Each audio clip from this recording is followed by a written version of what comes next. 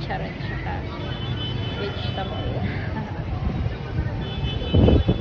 Guys, tapay lang dito sa mall kasi malamig, mahangin. Ayan. Anyway, update sa ganap. Ano pa ba? Gusto ko na mag-tour sa Singapore or Thailand. Hopefully waiting for kasama ko yung dad ko. Hopefully. Praying for it. So, ayan. Ay, mag-open na pala na Chinese restaurant dito. Yung Julin Chinese restaurant. Kakain din ako. Julin. Kumakain ako ng mga restaurant na parang fast food. Ganun. Sarap. Kabalin.